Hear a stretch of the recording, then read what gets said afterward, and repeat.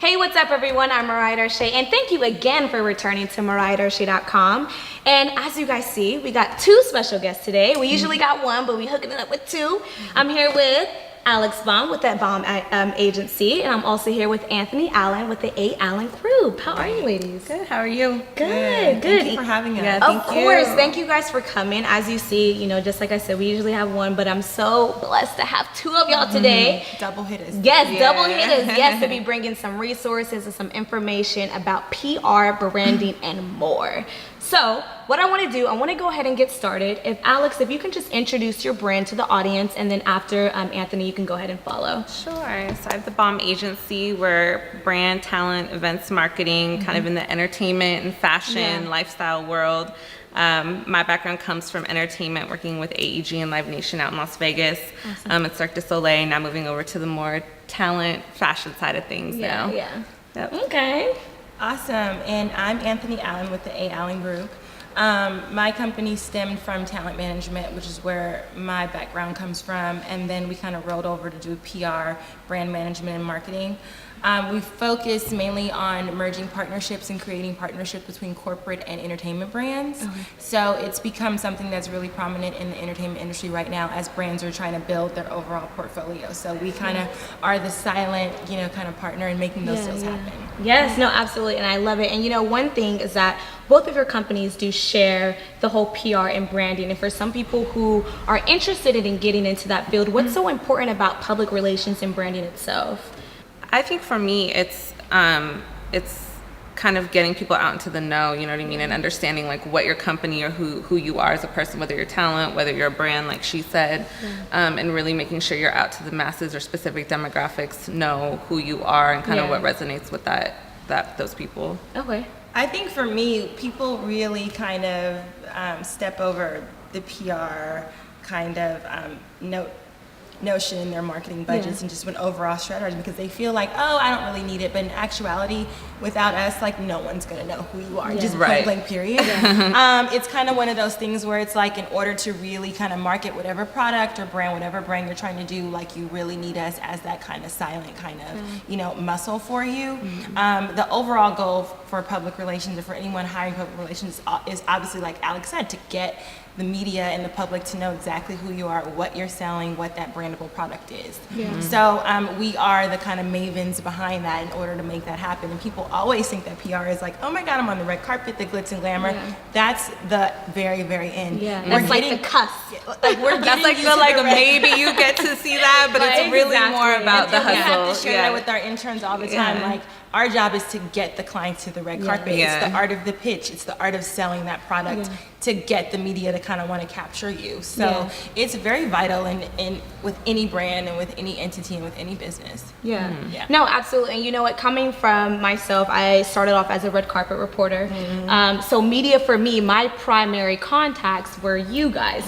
As Anthony was saying, being able to being in PR, you are the people who are connecting your clients to the media, and as media, we want to connect to you guys to get in touch with your clients. So just really understanding that PR goes a long way, and it's so important because we're literally bridging the gap between what everyone's trying to connecting the dots. Those relationships are key, and then not only just having relationships and just plugging any media, is strategically placing the ones that are really going to feed the demo for your product or for your brand. So and it's the research that goes into it. And that's super important, and that becomes like a huge part of our hustle is like the research side of it, because I feel like a lot of times, different brands or talent, stuff like that, they think any media is good media, which to a certain degree can be true, but the ones that end up resonating, buying the products, showing up for your film, showing up for your concerts and things like that, all comes from that targeted media, which is our job to research. Definitely. And I mean, not all opportunities are good opportunities. And that's something I feel like is a learning experience, because initially when you're just starting in the industry, you just want the attention, and you don't really know how to see the two and look at the difference between like what's actually going to benefit my brand and what's can deteriorate it. Absolutely. So I want to go into brands overall. You guys work with so many different clients. So to you guys, picking and choosing what clients you guys want to represent and looking at their brand overall, how do you know what's actually going to be worth it? You know, because y'all don't want to waste your time, you know, and I feel like our time is valuable. So how do you guys kind of go between, you know, I want to work with her, I want to work with him, I see potential in this brand and so much more? I think for me, it just goes back to scandal. I go with my gut. Yeah. I just really kind of, because at the end of the day, I have to love the project and the brand that I'm working with and working on, because it's a lot of blood, sweat, and tears that go into it. Because not only are we working with successful brands, we're also working with startup brands and brands that want to transition. So it's a lot of work that goes into it, and you gotta love it and you gotta like it. And when I have an initial meeting with a client, I mean, I want to know what their goals are. I want them to know that it's a partnership and that we're working on this together. And then if they have the hustle as well, then it motivates me to kind of want to go hard for them.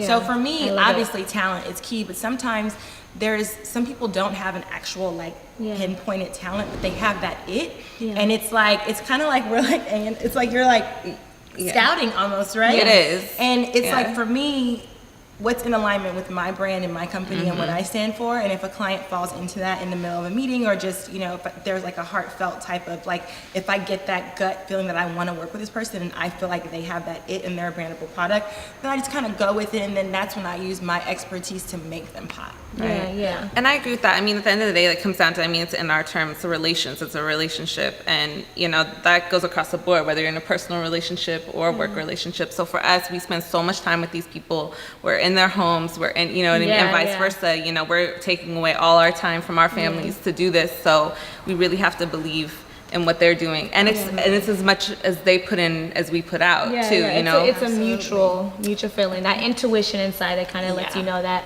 okay, this person is actually worth investing my time in. And that's one thing that I do like about PR, is that you guys really do get your hands dirty with your clients. I feel like, how are you going to represent someone when you don't know who they are? That's one thing. I have some friends who are in that field, and just watching them grind and watching them really pay attention to the details that their client has to offer just shapes the whole identity a little bit better, which is perfect, because we're going to go into brand identity. So let's talk brand identity. For you guys, what is something that you need in order to create your brand's identity, or that you guys even think is necessary? I feel like for me, whatever your truth is, I have a client, and his truth is health and wellness, and he lives it, he stands by it. And so now I have to make a brand around that. I have to brand, his package, his EPK, everything around what his truth is, because then when he gets on camera, you feel the organicness of his presence and what he's talking about.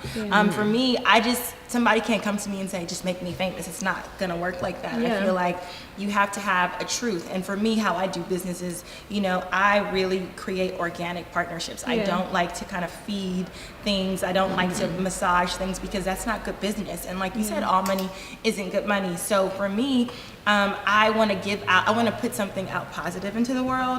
I'm not necessarily keen on, spending my hard-earned hours and time on something that's not relevant to my community and uplifting my community. So when I'm working with people, I want to know their truth. I want to know their passions, because for me, it's easier to market, and it's I want to know what you're fueling to our communities and to our people, because our world is so corrupted, and people always get branding misconstrued with just you slap a logo on something and it goes.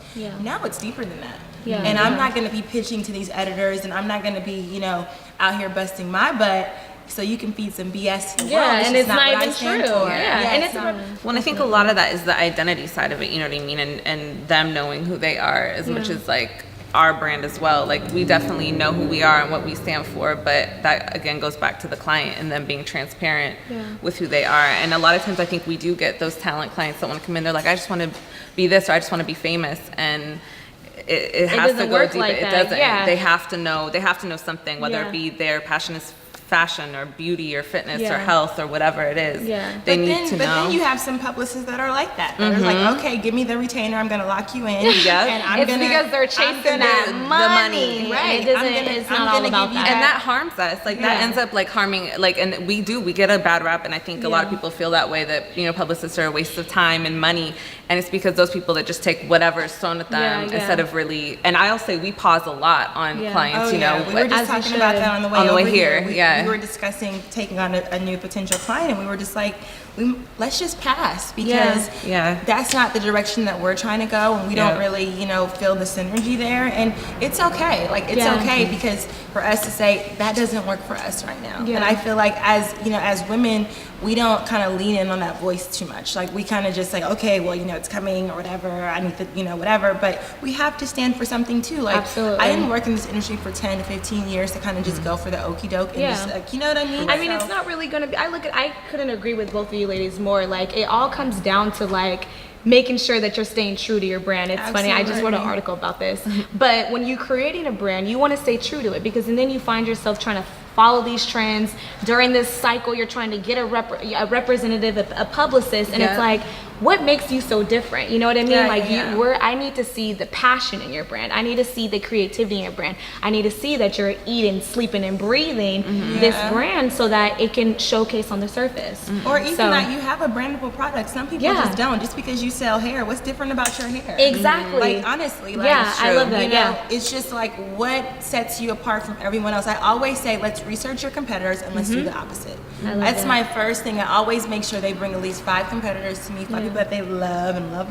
Yeah. Right, And they follow model after. let's do the exact opposite of that. Yeah. You know what I mean? Let's create a lane of your own, because following someone else's lane, you're just gonna kind of smooth in with the sauce, and it's not really gonna make you stand out. So Yeah.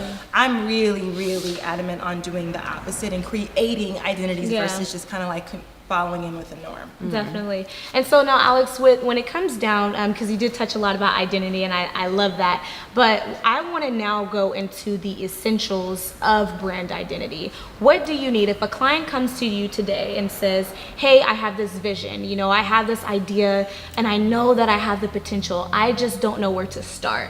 What is something as a publicist that you guys can maybe offer them that can kind of get them started, kind of get their foot in the door into creating this brand, and turning this vision to life? I think a lot of it comes down to, I think both of us start with a personal story with them, you know what I mean, and figuring out like where their base is. Our job is to kind of help navigate like their lanes, you know what I Yeah. mean, and their, you know, whatever their brand is and things like that. Outside of that, I mean, there's a bunch of tools I think that we use, whether it be, you know, assessing their website, their social media pages, things like that kind of help cohesively put it. We put together EPKs all the Yeah. time.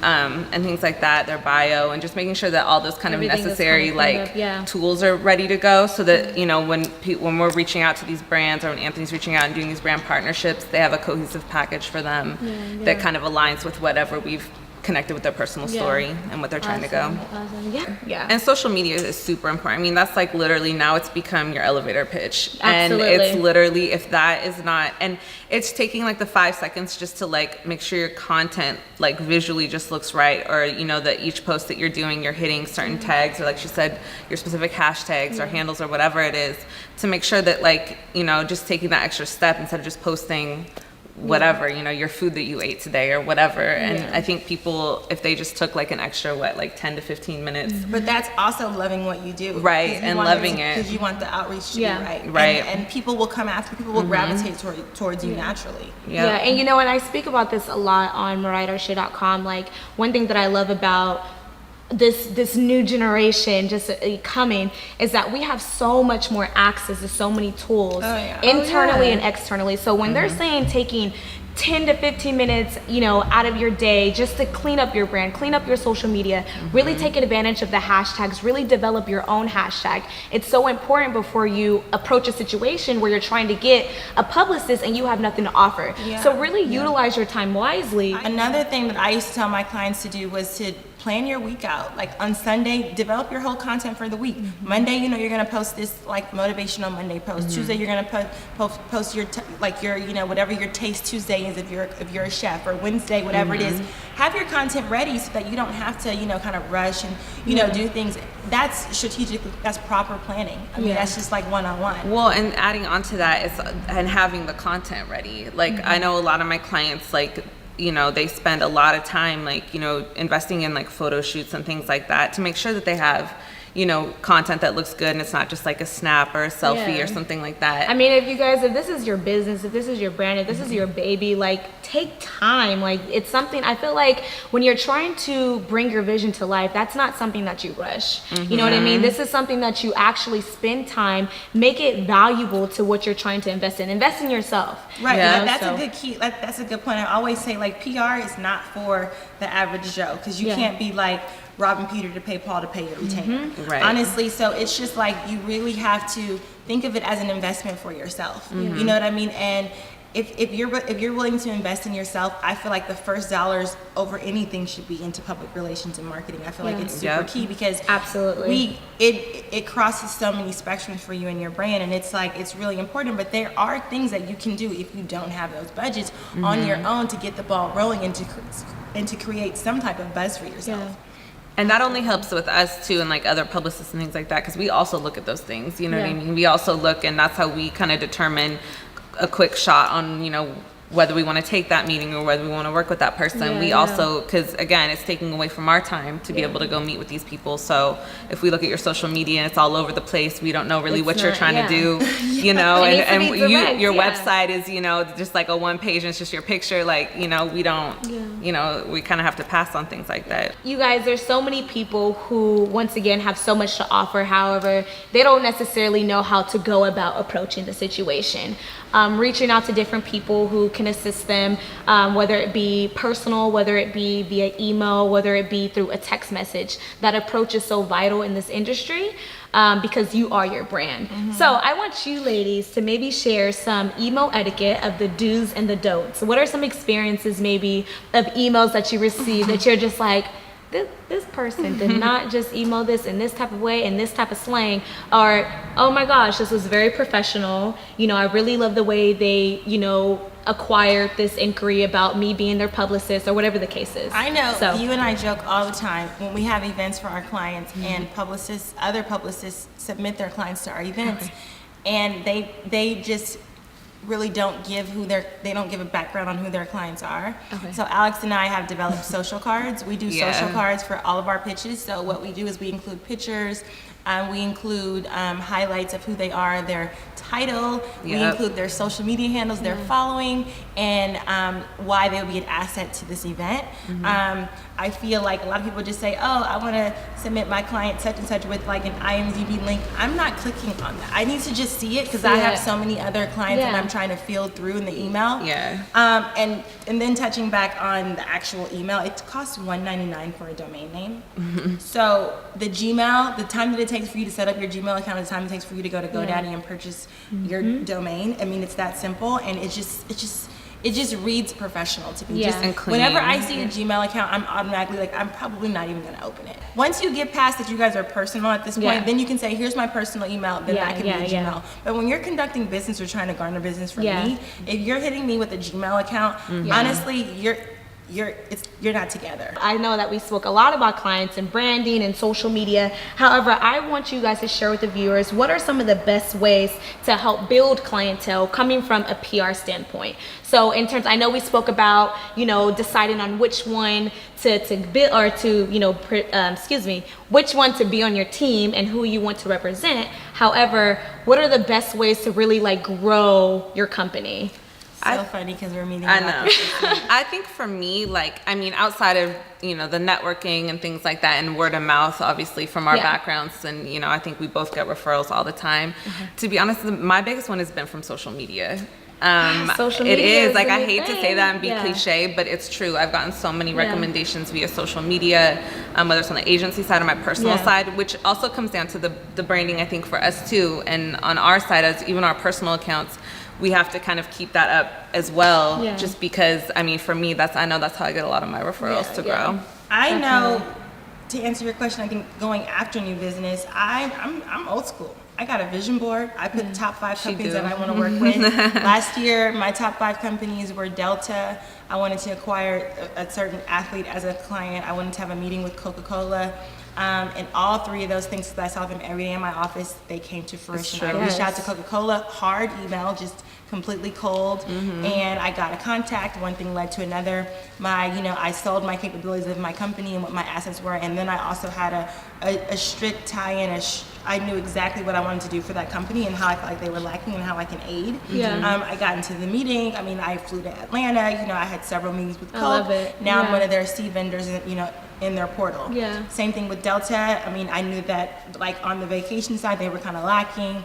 I mean, travel is a huge part. If you see Delta, you think it's top tier brands, but how are they resonating with, middle-aged America? We think they're too expensive. So how can I help them, kind of it's not that process. shape I that mean, message. if it's an opportunity, go for it, Shape regardless that of how high or how low it is. And that's you what never I know. think. I mean, all they're going to say is no. Yeah, that's the worst But one case, thing about me is I'm super persistent. Like I was telling her, I will keep on emailing, keep following up until I get that yes. You cannot tell me no for an answer. Yeah. I will keep.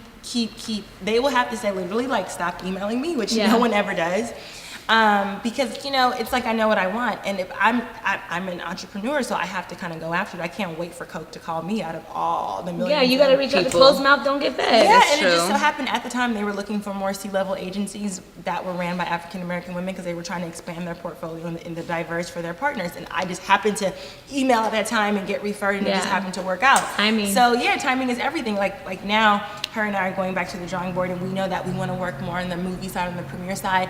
And we went after one of the biggest, movie powerhouses, and we had a lunch with them yesterday, and it went amazing. But it's because, again, we have that vision. We know who we want to go after. We get that contact, and we really kind of beat them over the head. And I feel like you have to be aggressive. You do. I mean, because again, you have competition, and there's other people out there doing exactly what they're you're doing. they're probably receiving 20, 30, 50, 100 emails a day. But the fact that your email keeps going to the top of that inbox. Yeah, and I'm not Absolutely. the biggest networker. Out, when I go out, I'll say that, hey, I'm gonna get 50 cards or whatever, but I'm so. Don't say seems shy. like I'm outspoken. Don't say shy. If nobody talks to me, I'm not gonna go up to you and talk to you. Really? I've always been that way. But if someone comes up to me, then I'll just Yeah. So in social settings when we're out, I'm not gonna go up to people and start talking and introduce myself. I'm more of an email kind of person. I don't know why I'm like that. So I really have to do my research, and that's why I spend hours in the office getting those contacts, because for me, that's where I hit heavy. Yeah. Well, and I think adding on to that too, I feel like a lot of millennials, she's saying she's old school, but I think a lot of millennials forget those old school kind of, things and things like that, and being professional, via email and things like that.